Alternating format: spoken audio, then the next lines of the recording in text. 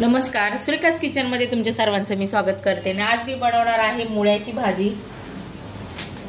तर 2-3 दिवस झालेले आहे मुळे आणून, पण वेळ मिळाला नाही करायला, तर आज बनवून घेऊया। तर छान मुळ्याचे असे साल काढून घ्यायचे आहे।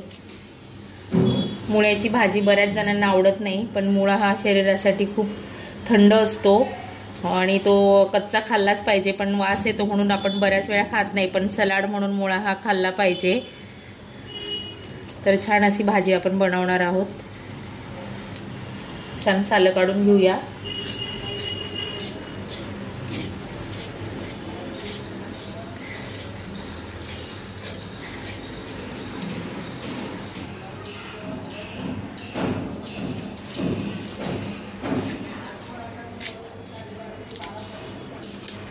बरेच लोक मुळा घेतात पण पाला घेत नाही, तर मुळा आणि पाला दोन्ही एकत्र भाजी करायची आहे, खूप छान लागते।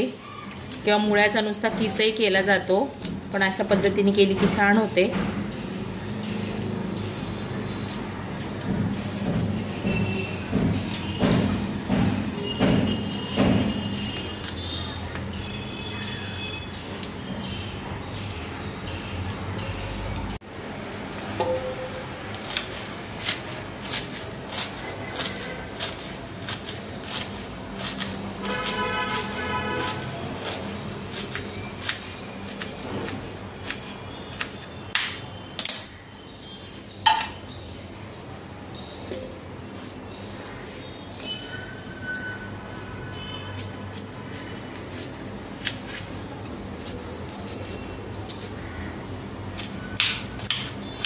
आणि छान मुळे आपण कापून घेतलेले आहे।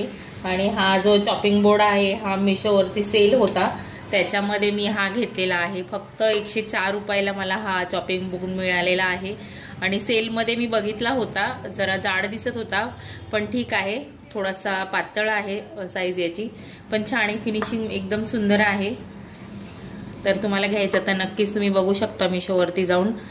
आणि छान वाटतोय बघायला वगैरे, पण छान भाज्या कट वगैरे करायला छान आहे।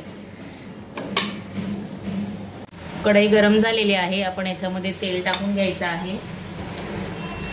लसूण,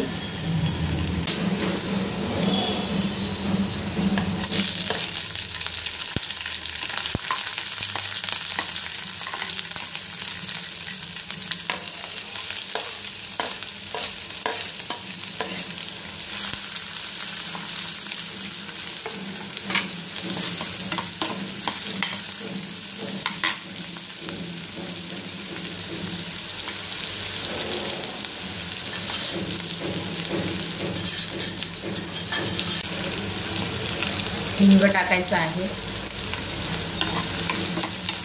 तेलामध्ये लसूण, मिरची, हिंग आणि कांदा छान परतून घ्यायचा आहे।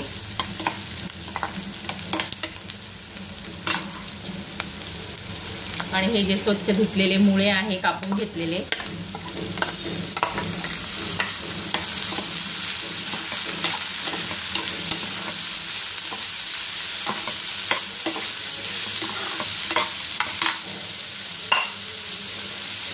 आणि हा मुळ्याचा पाला,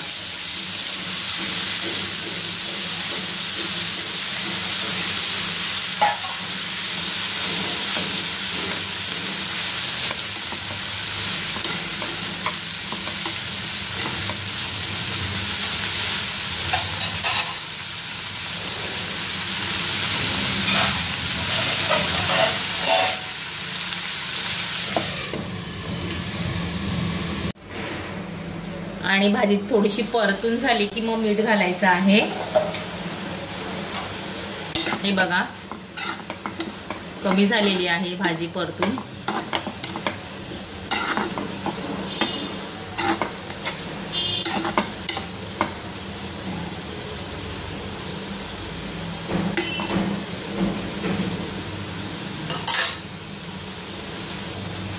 तर चवीप्रमाणे मीठ घालायचं आहे। छान मिक्स करून घेऊया।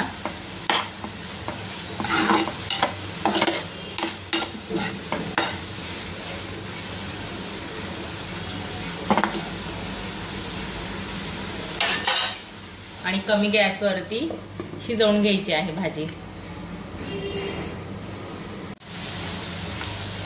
आणि अगदी 5 ते 7 मिनिटांमध्ये भाजी आपली तयार झालेली आहे आणि छान असा मुळा शिजलेला आहे। तुम्हाला हवं तर तुम्ही किस करू शकता, पण किस केल्यानंतर मुळ्याचा जास्त उग्रट वास येतो, त्याच्यामुळे असे बटाट्यासारख्या छोट्या छोट्या फोडी करून घ्यायच्या आहे।